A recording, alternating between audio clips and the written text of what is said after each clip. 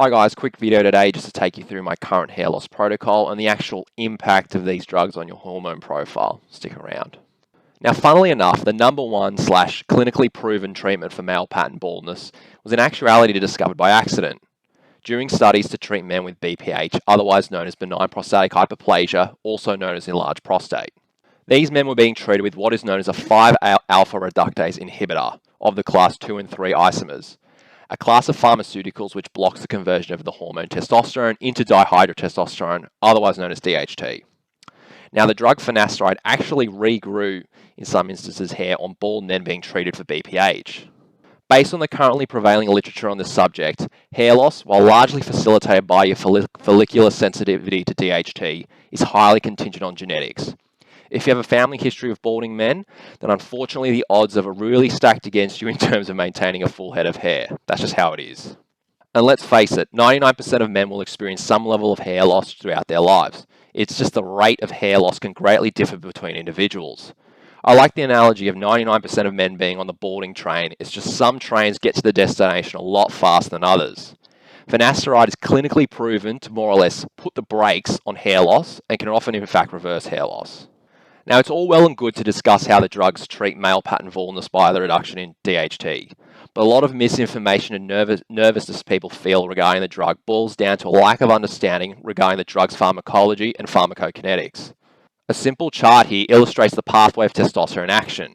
You start off with GnRH, otherwise known as gonadotropin-releasing hormone, then LH, luteinizing hormone, and then testosterone, which largely follows these three pathways of activation, being the amplification pathway, the diversification pathway, and the inactivation pathway. Now, an average male will produce roughly 5 to 7 milligrams per day of testosterone, with approximately 5 to 10% converted via the 5-AR enzyme to DHT, and approximately 0.2% converted to estradiol. Finasteride effectively acts as an indirect anti-androgen via the inhibition of the 5-AR enzyme. Accordingly, this amplification pathway is diminished as it wipes out roughly 60 to 70% of DHT. Now, of course, you have a subsequent spike in remaining testosterone and estradiol because it's unable to convert through to DHT. Now, it's all very well and good to throw around the pharmacology behind the mechanism of finasteride, but I prepared this high-level and pretty simplified spreadsheet to illustrate the impact on your overall hormone profile. As you can see here, if you assume roughly 7 milligrams per day of testosterone for an average male, and 0.2% is converted via the aromatase activity, with 7.5%-ish converted via 5-AR through to DHT, you end up with approximately 6.46 remaining milligrams of testosterone. This is, of course, prior to the inactivation pathway, and then 0.014 of estradiol and 0.525 of DHT via the 5-AR enzyme. If you look at this in a pretty simplistic way in terms of the androgen index, you're looking at approximately 8.02 in terms of your net position. Once you introduce 5-AR inhibitors, and we're talking about here finasteride 1 milligram daily, what you're in effect doing is increasing circulating levels of testosterone and estradiol by approximately 15% and reducing DHT by around 70%. As you can see here, this is the overall impact that you would have on your hormone profile. You'd have 7.43 milligrams of testosterone, 0.016 of estradiol, both of these increasing due to the reduction in 5-AR activity, and then 0.158 of DHT, which has been reduced via the introduction of a 5-AR inhibitor. Now, if you look at your net androgen index, quote unquote, here again, you're more or less shifting your overall hormone profile by 1.7%. Now, that isn't a massive movement in the grand scheme of things, but what's important to remember is that DHT is the main culprit in hair loss.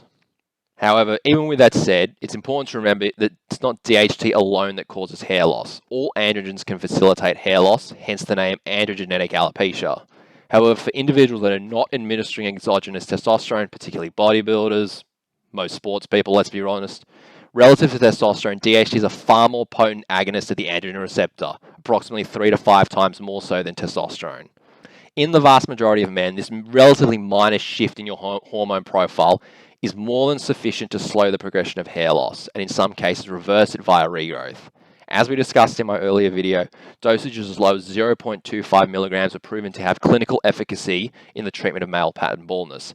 However, dosages beyond 1 milligram were proven to have severely diminishing returns and not really appropriate for the treatment of male pattern baldness. Personally, in consultation with a medical practitioner, I've been using for the past year 0.5 milligrams per day of finasteride, which equates to roughly 3.5 milligrams per week.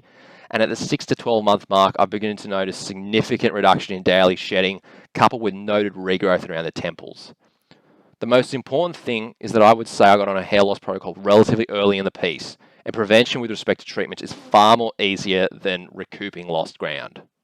As you can see here by this chart, the actual DHT inhibition that you get from approximately 0.5 milligrams to 1 milligrams actually begins to taper off quite significantly, and the actual difference between 1 milligram and 5 milligrams, the treatment for male pattern baldness, just drops off significantly. You're exposing yourself to 5 times more drug burden for approximately 0.5% increase in DHT inhibition. Now, if you like this content, please like and subscribe. Stick around. Thanks for now. Bye.